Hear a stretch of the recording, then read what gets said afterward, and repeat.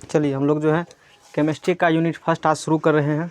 क्या क्या केमिस्ट्री का सिलेबस है पहले ये जान लेते हैं। शुरू करने से पहले जो विषय सूची कंटेंट है हम लोग को पढ़ने के लिए, पहला चैप्टर है कक्षा 10 रसायन विज्ञान, रासायनिक अभिक्रिया एवं समीकरण। इसमें पढ़ेंगे केमिकल रिएक्शन और इक्वेशन, है ना। जितना रासायनिक अभिक्रिया आएंगे लगभग वो यूनिट फर्स्ट में ही आ जाता है। बातें समझ में आ रहा है ना, कि अभिक्रिया जैसे दो चीज़ को मिलाएंगे नया प्रोडक्ट क्या बनेगा, कैसे बनेगा, इसके बारे में यूनिट फर्स्ट में चर्चा करना है। और जिसका यूनिट फर्स्ट जितना अच्छा रहेगा आगे के चैप्टर भी उतना अच्छा ही रहेंगे। बात समझ में आ रहा है ना। और जो हमने कल के क्लास में पिछले लेक्चर में जो बेसिक केमिस्ट्री पढ़ाया था उसका पूरा उपयोग होगा यूनिट फर्स्ट में। बात समझ में आ रहा है ना। यूनिट फर्स्ट जिसका अच्छा हो गया, अच्छा होने का मतलब जिसको रिएक्शन में पकड़ हो गया, अभिक्रिया पकड़ हो गया, तो समझ लो कि बाकी चैप्टर भी बेहतर रहेंगे। क्योंकि केमिस्ट्री ऐसा एक पेपर है जिसका लिंक जुड़े होते हैं। और क्लास 10 जितना अच्छा रहेगा उतना आगे का भी जो लोग 11th में या 12th में 11th में इंटरमीडिएट के साइंस पढ़ते हैं या गवर्नमेंट एग्जामिनेशन में किसी भी कंपटीशन में बहुत इंपॉर्टेंट रोल अदा करता है। कंपटीशन का भी सेम सिलेबस है, सब चीज़ कंपटीशन का पढ़ना पड़ता है। ऐसा नहीं कंपटीशन में तो हालांकि केमिस्ट्री का सिलेबस बात करेंगे तो 15-16 चैप्टर हो जाता है। उसमें सारा 9th का चैप्टर, सारा 10th का चैप्टर, लगभग 11th भी आ जाते हैं। उसमें कुछ टॉपिक 12th का भी आते हैं। तो ये रासायनिक अभिक्रिया एवं समीकरण जो है जो सब जगह काम देगा, 10th में तो काम देगा ही। तो 10th में ये चैप्टर काफ़ी इंपॉर्टेंट है। ये यदि चैप्टर तैयार हो जाता है, अच्छे तरीके से समझ में आ जाता है, उचित हम सोची पढ़ाने वाले हैं। आप लोग यदि साथ साथ मेहनत करते हैं तो बाकी चैप्टर भी अच्छा होगा। ये कमज़ोर तो सब कमज़ोर, ये बात इसके साथ है। क्योंकि सब में उपयोग होगा रिएक्शन का, और रिएक्शन सिर्फ समझाएंगे इसी चैप्टर में कैसे बना, क्यों बना।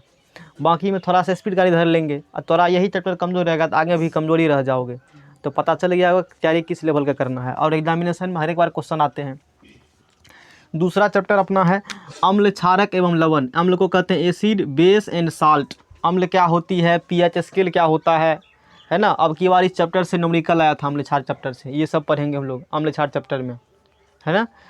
उसके बाद पढ़ेंगे धातु एवं धातु। धातु क्या होता है और धातु क्या होता है, इसके रासायनिक गुण क्या होते हैं, इसके भौतिक गुण क्या होते हैं, धातु का निष्कर्षण कैसे किया जाता है, धातु के कौन कौन अयस्क होते हैं, अयस्क क्या होते हैं, खनिज क्या होते हैं, और उसका निष्कर्षण कैसे किया जाता है, संघनन कैसे किया जाता है, लोहा का निष्कर्षण, एल्युमिनियम निष्कर्षण, ये सब पढ़ना है यूनिट 3 में। धातु और धातु के बारे में, धातु को जो भी भौतिक प्रकृति होता है, पिटने पर रासायनिक अभिक्रिया, सब पढ़ेंगे यूनिट 3 में।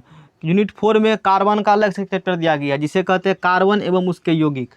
इथेन, मीथेन, प्रोपेन, ब्यूटेन जितना होता है, सरफ अपमार्जक क्या होते हैं, साबुन क्या होते हैं, दोनों में अंतर क्या होता है, और इसके जितना भी कंपाउंड है, carbon compound, alkane, alkene, alkyne, और भी ग्रुप, अल्कोहल ग्रुप है, शराब पीने से क्या इफेक्ट, क्या कहानी होता है, कैसे बनाए जाते हैं, ये सब पढ़ना है यूनिट 4 में। यूनिट 5 में क्या पढ़ना है, तत्वों का आवर्त वर्गीकरण पढ़ना है। जो सबसे पहले डोरोनर सिद्धांत, डोरोनर के बाद आए और भी कई साइंटिस्ट आए, न्यूलन का स्टक आया, मोसले का आवर्त सारणी अभी मॉडर्न वाला है, उससे पहले मेंडलीफ का आया। मतलब आवर्त सारणी जो अभी आवर्त सारणी के दीर्घ रूप आप लोग देखते हैं, बहुत बड़ा सारणी आवर्त सारणी है ना। तो इतना बड़ा सारणी कैसे बन गया, तत्वों का गुण क्या होता है, पीरियड में लेफ्ट राइट क्या होगा, ऊपर से नीचा क्या होगा, क्या नियम कैसे है, तो वो सब पढ़ना है यूनिट 5 में। और यूनिट 6 में पढ़ना है प्राकृतिक संसाधनों का प्रबंधन। जो प्राकृतिक संसाधन है उसको कैसे प्रबंधन किया जा सकता है, कैसे मैनेजमेंट किया जा सकता है, ये पढ़ेंगे। तो इसमें जो इम्पोर्टेंट है, यदि एग्जामिनेशन पॉइंट ऑफ व्यू से हम लोग बात करेंगे, यदि सिर्फ एग्जामिनेशन पॉइंट ऑफ व्यू से बात किया जाए कि एग्जाम में हम कौन सा चैप्टर पढ़े ताकि हमको अच्छा नंबर आवे, वैसे तो पढ़ना तो सब पड़ेगा। यदि 10वां में वो चैप्टर काम नहीं देते हैं तो आगे कंपटीशन में फर्दर वो काम देंगे, क्योंकि कंपटीशन का सेम सिलेबस है। जितना चीज़ यहाँ चर्चा करेंगे, जितना अच्छा यहाँ कर लोगे उतना अच्छा आगे रहेगा। इधर कमज़ोर तो फिर आगे भी कमज़ोरी रह जाओगे। बात समझ में आ रहा है कहानी। तो जब 10वां लेवल से हम बात, 10वां में इंपॉर्टेंट कौन कौन चैप्टर है, 10वां में अधिक इंपॉर्टेंट है 3 चैप्टर ही। थोड़ा सा चौथा चैप्टर भी ले लीजिए, चौथा चैप्टर भी ले लीजिए, 1 से ले कहाँ तक, 4 तक। चैप्टर 5 और 6 से यदि हम 5-5 क्वेश्चन दोनों में दे देते हैं, 5 क्वेश्चन ही 2-3 क्वेश्चन इसमें, तो भी तो एग्जाम में क्वेश्चन हो जाएगा। लेकिन हम पढ़ाएंगे सब चैप्टर। बात समझ में आ रहा ना। 1 से लेकर 6 चैप्टर तक है। वैसे लोग जनरली लोग 5 तक ही पढ़ाते हैं, 6 तक में ज्योग्राफी में ही चीज़ आ जाता है, तो कोशिश करेंगे कि उसको भी हम पढ़ा देंगे, या तो ज्योग्राफी में, नहीं तो यहाँ केमिस्ट्री में कहीं एक जगह पढ़ा देते हैं। उसके बाद 2-3 क्वेश्चन बच जाते तो किसी तरीक़ा से हम करवा देंगे। यानी कि एग्जामिनेशन पॉइंट ऑफ व्यू से बात करेंगे तो 1 से लेकर के कहाँ तक है इंपॉर्टेंट बताइए, 4 तक। एक चैप्टर 5 से जो है, जो क्लास 10 का बिहार बोर्ड का एग्जामिनेशन है, जो क्वेश्चन में उल्टा देखोगे तो बहुत कम क्वेश्चन पूछा है। जैसे मेंडलीव का आवर्त सारणी और आधुनिक आवर्त सारणी में अंतर पूछ देता है, छोटा मोटा क्वेश्चन आ जाता है, एक आध गो ऑब्जेक्टिव, मतलब उतना डीप में चैप्टर पूछा नहीं जाता है। लेकिन ये चैप्टर काफ़ी इंपॉर्टेंट है for the communication point of view से, बहुत कुछ इसमें सीखने को मिलता है आवर्त सारणी में। तो हम लोग ये चैप्टर बता दिया मैंने कि विषय सूची कंटेंट क्या क्या है, चैप्टर ये शुरू करेंगे आज के क्लास से। हम लोग इसको नोट कीजिए, पहले चैप्टर विषय सूची लिख लीजिए। देते हैं, चलिए हम लोग इतना समझते हैं। तो रासायनिक अभिक्रिया एवं समीकरण जो अपना चैप्टर है, तो शुरू करने से पहले ये समझना है हमें कि रासायनिक अभिक्रिया क्या होती है ना। अब फिर समझेंगे समीकरण क्या होती है। तो केमिकल रिएक्शन इसे इंग्लिश में कहा जाए, हिंदी में इसे कहते हैं रासायनिक अभिक्रिया। क्या होती है समझते हैं। कहता है वह क्रिया जिसमें 2 या 2 से अधिक पदार्थ मिलकर, 2 या 2 से अधिक पदार्थ मिलकर नए पदार्थ नए गुणधर्मों के साथ बनाते हैं, रासायनिक अभिक्रिया कहलाती है। ये रासायनिक अभिक्रिया में क्या होते हैं, 2 या 2 से अधिक पदार्थ आपस में मिलेंगे और अभिक्रिया करेगा, क्रिया करेगा, और क्रिया करके 2 या 2 से अधिक पदार्थ मिलेंगे ना। मान लीजिए कि एक पदार्थ ये है, दूसरा पदार्थ, दोनों क्रिया करेंगे और दोनों क्रिया करके एक नया पदार्थ बनाएगा, जिसका मान लीजिए ये बना नया पदार्थ, ये दोनों अभिक्रिया किया समझने के लिए, और ये बन गया क्या चीज़, नया पदार्थ जो बनेगा उसका जो गुण होगा, प्रॉपर्टी होगा, ये नया पदार्थ बना ना, जिससे बना उससे बिल्कुल क्या होगा, भिन्न होगा, एक और रति गुण नहीं मिलेगा। बात समझे, तब बोलेंगे रासायनिक अभिक्रिया हुआ है। तब क्या बोलेंगे, रासायनिक अभिक्रिया हुआ है। समझने के लिए यही बात लिखा है, वह क्रिया जिसमें 2 या 2 से अधिक पदार्थ मिलकर नए पदार्थ नए गुणधर्मों के साथ बनाते हैं या बनते हैं, रासायनिक अभिक्रिया कहलाती। केमिकल रिएक्शन बोलेंगे हो गया। तो रासायनिक अभिक्रिया में क्या होती है, पुराने आबंध टूटते हैं और नए आबंध बनते हैं। जो पुराना बॉन्ड है, मतलब इस दोनों चीज़ को जो आपने मिला करके नया पदार्थ बनाया है, इसके पूरा ये जो बंध है, इसमें एक बंध टूटेगा, बॉन्ड एक टूटेगा और नए बंध क्या होंगे, बनेंगे। बात समझ में आ रहा है। जैसे बंध यहाँ टर्म आ गया है, तो ये केमिस्ट्री में पढ़ाएंगे, यूनिट धातु में हम पढ़ाएंगे, तो बंध क्या होती है तो वहाँ समझ में आ जाएगा। याद कर लीजिए कि रासायनिक अभिक्रिया में पुराने आबंध टूटते हैं और नए आबंध बनते हैं। बात समझ में आ रहा है ना। जैसे एग्जाम्पल के लिए एक बात कर लेते हैं, एग्जाम्पल समझिए। जिंक प्लस तनु सल्फ्यूरिक अम्ल है ना, जिंक प्लस तनु सल्फ्यूरिक अम्ल का अभिक्रिया करवाएंगे। ये कैसे बन गया, अभी इस पर फोकस हम लोग नहीं करना है। अभी ये समझेंगे कि रासायनिक अभिक्रिया होती क्या है, रिएक्शन कैसे बना, इस पर बाद में बात करेंगे। बात समझ में आ रही है ना। तो जिंक प्लस तनु सल्फ्यूरिक अम्ल को मिलाइएगा तो बनता है जिंक सल्फेट प्लस क्या बनेंगे, हाइड्रोजन गैस बनते हैं। ये दोनों को मिलाइएगा तो ये बन जाएगा। कैसे बना बात की बात है। अब इतना समझिए, जो पदार्थ आपने मिला करके नया पदार्थ बनाया, तो जिसको मिलाया है ना, यानी कि लेफ्ट वाला LHS वाला को रिएक्टेंट यानी कि अभिकारक कहते हैं। इसे क्या कहते हैं, होता क्या है, वह पदार्थ जो रासायनिक अभिक्रिया में भाग लेते हैं, रासायनिक अभिक्रिया में भाग लेते हैं, अभिकारक कहलाता है। इंग्लिश में से रिएक्टेंट कहते हैं। रासायनिक अभिक्रिया हो रही है ना, ये क्या हो रहा है, रासायनिक अभिक्रिया हो रही है। तो रासायनिक अभिक्रिया में जिंक और तनु सल्फ्यूरिक अम्ल भाग रहा है, भाग ले रही है, तो ये क्या हो जाएंगे, अभिकारक, रिएक्टेंट हो गया। और अभिकारक जो नया पदार्थ बनाएगा, नए गुण वाले, भिन्न गुण वाले, अलग गुण वाले बनाएंगे, उसे हम लोग प्रोडक्ट बोलेंगे, उत्पाद यानी कि प्रतिफल उसे बोलेंगे। Zinc sulphate plus hydrogen gas, ये क्या बन गया हमारे पास, उत्पाद बन गया, प्रतिफल बन गया। परिभाषा क्या होती है, रासायनिक अभिक्रिया में जो नए उत्पाद नए गुणधर्मों के साथ बनते हैं वही क्या कहलाता है, प्रोडक्ट, उत्पाद कहलाता है। बात समझ में आ गया ना। यानी कि बात कुछ भी नहीं है, लेफ्ट वाला कहिएगा अभिकारक, राइट वाला कहिएगा उत्पाद। उत्पाद कहिए, प्रतिफल कहिए, प्रोडक्ट कहिए, उससे दिक्कत वाला बात नहीं है। आगे और भी रिएक्शन लिखते हैं, इसको नोट करिए पहले। चलिए आगे देखते हैं। आगे नोट में कुछ पॉइंट लिखे हैं, इसको समझिए। नोट में लिखा हुआ है मैग्नीशियम रिबन के ऊपर, है ना, मैग्नीशियम ऑक्साइड की परत होती है। जो मैग्नीशियम रिबन होता है, लैब में देख लीजिए, मैग्नीशियम रिबन दिख रहा है ना, ये मैग्नीशियम रिबन है। बात समझ में आ रही है ना। तो ये जो करियर दिखाया है, इस मैग्नीशियम रिबन के ऊपर मैग्नीशियम ऑक्साइड की परत होती है जमा हुआ। हमें जलाना है मैग्नीशियम, हमें क्या जलाना है, मैग्नीशियम को जलाना है। बात समझ में आ रहा है ना। हवा की उपस्थिति में क्योंकि किसी भी वस्तु या किसी भी पदार्थ को जलाने के लिए क्या चाहिए, हमें ऑक्सीजन चाहिए। क्या चाहिए? बिना ऑक्सीजन के वो नहीं जलेंगे। आग कहीं लग गया है, आप उसको कमल ढक करके बुझा दीजिए, कमल ढक दीजिएगा। आग कहीं लगा हुआ, कमल ढक दीजिएगा, आग क्या हो जाता है? बुझ जाता है। क्यों बुझ गया? क्योंकि ऑक्सीजन का सप्लाई हमने कट कर दिया, इसीलिए वो आग क्या हो जाते हैं? बुझ जाते हैं। बात है, समझ में आ रहा है ना? कहीं आग लगा हुआ है, बशर्ते कि पानी दीजिए। मान लीजिए यहाँ पर गैस सिलेंडर में आग लग गया, पानी दीजिएगा तो बेवकूफ़ी वाला काम है। कपड़ा लीजिए ना, घुमा के मोड़ दीजिए, ऑक्सीजन का सप्लाई क्या हो गया? और जैसे आग बंद, फिर गैस तो निकलते रहेगा, गैस को फिर क्या कर दीजिए आप, या खुले में लेके चाहिए, उससे खतरा कम है, खतरा से आप बच जाइएगा। बातें समझ में आ रहा है ना? होता क्या है, लैब में जो मैग्नीशियम रिबन हम जलाएंगे तो ऑक्सीजन एक खतरनाक नहीं कर सकते हैं, विनम्रता देने वाला तत्व है। वो किसी से कहेगा हमारा से करेगा भी क्रिया, हमारा से कर न लो भी क्रिया। तो कोई भी चीज़ रखे रहते हैं तो ऑक्सीजन उससे भी क्रिया करते रहता है, अगर ख़राब कर देगा।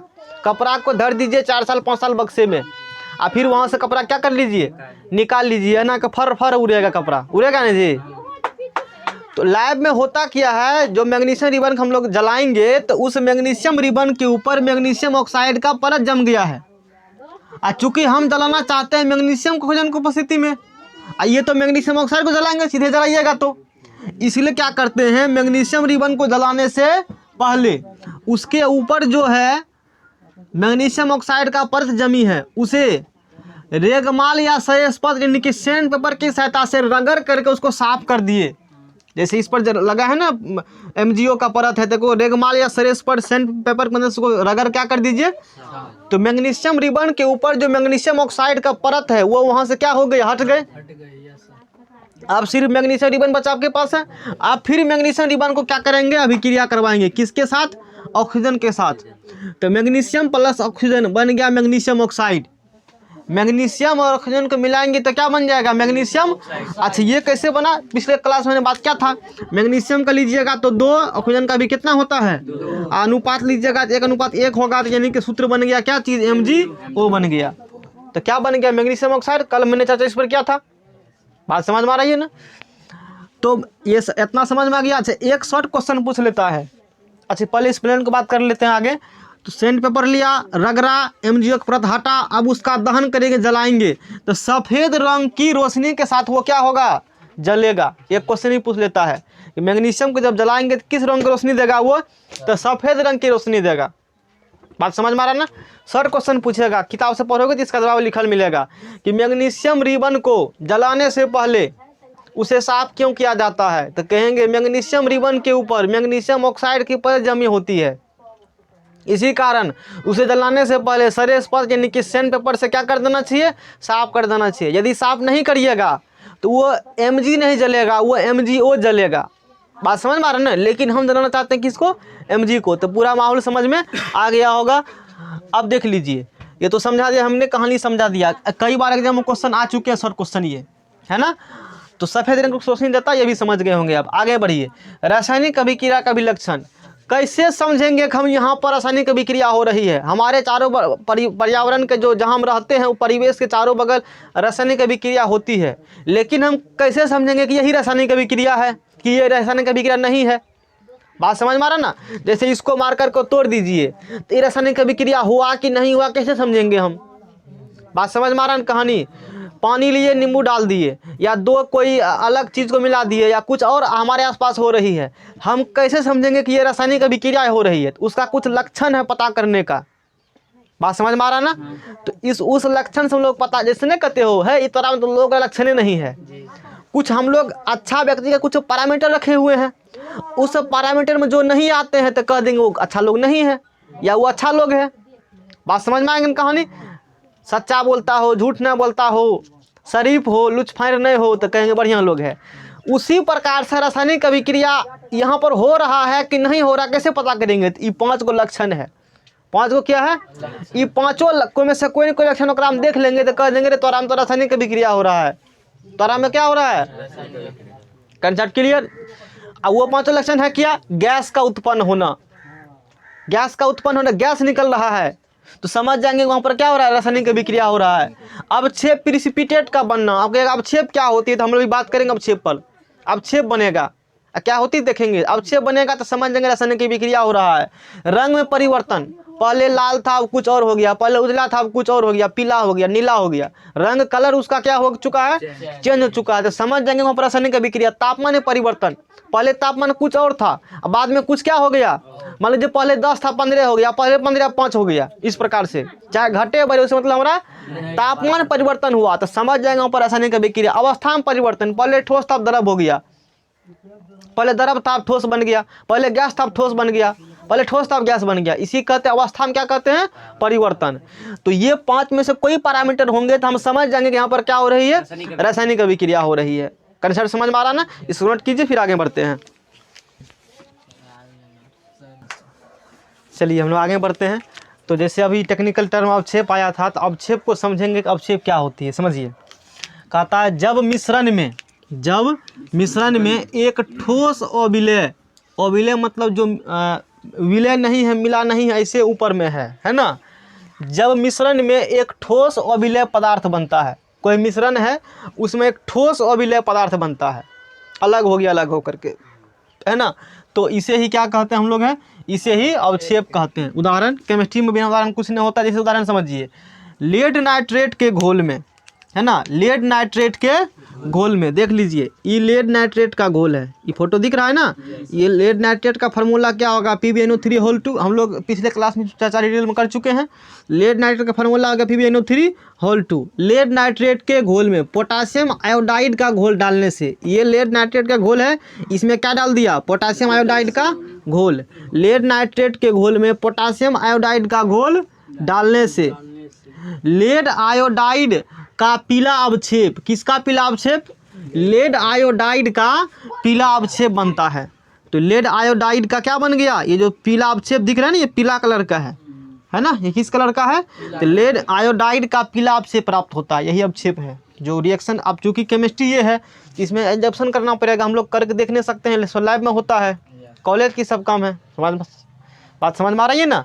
तो रिएक्शन क्या हुआ, लेड नाइट्रेट के घोल में, लेड नाइट्रेट के घोल में पोटासियम आयोडाइड का घोल डालने से, लेड नाइट्रेट के घोल में पोटासियम आयोडाइड का घोल डालने से लेड आयोडाइड का पीला अवक्षेप, ये क्या है, पीला कलर का अवक्षेप मिला है, यही है। अब पूछता है, ये रिएक्शन एक बार नहीं कई बार एग्जाम में आ चुके हैं, बात समझ में आ रहा है ना। और एक रिएक्शन ये है, दोनों रिएक्शन रट लीजिए, अभी से करते जाओगे, तैयारी करते याद करते जाओगे, आसान। केमिस्ट्री में काफ़ी चीज़ याद करना पड़ती है, फिजिक्स है नहीं कि समझा देंगे तो दिमाग में सेट हो, क्लास रेगुलर कर लोगे तो यहाँ समझ के तब याद तो करना ही पड़ेगा, बिना याद के तो होगा ही नहीं। बात समझ में आ रहा है ना। ये रिएक्शन याद कर लीजिएगा, एग्जाम आ चुके हैं।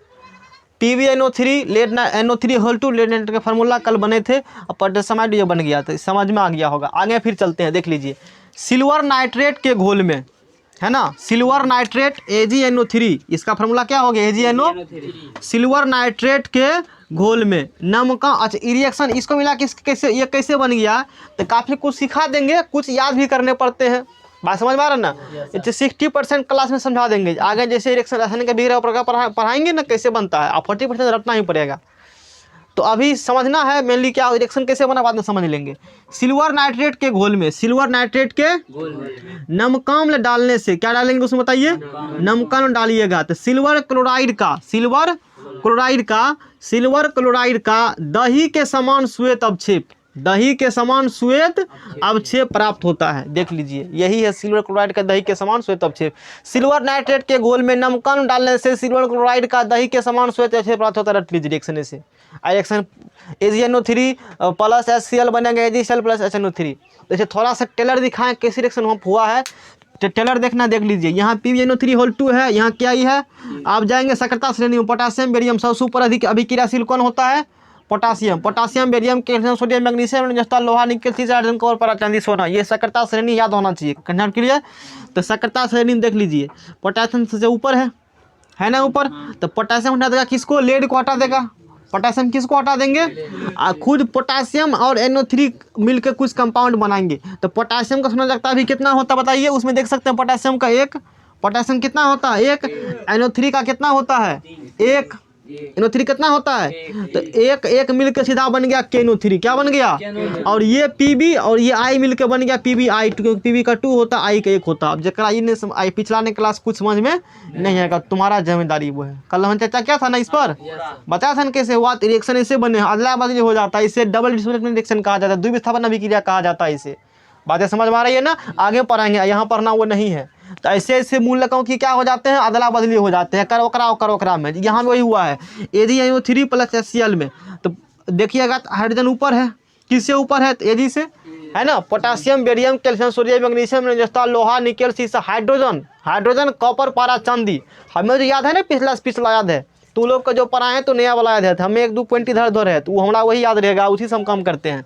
इसमें देखिएगा तो हाइड्रोजन अधिक अभिक्रियाशील किससे है जी, चांदी से, तो इसके जगह पर आ जाएंगे, आ जाएगा ना इसके जगह पर। तो H और NO3 मिलेगा, तो H का भी 1, NO3 का भी कितना होता है 1, तो बन गया NO3, और AgCl बनेंगे, तो Ag का भी 1, सेल का भी 1 बन गया GCl। ऐसे कहानी हुआ है सेटिंग। यहाँ पर थोड़ा हमारा मतलब लगा होगा आइडिया कैसे हो रहा है, आगे पूरा समझ में आ जाएगा कैसे बना है। इतना तक लिखिए, आगे फिर बढ़ते हैं।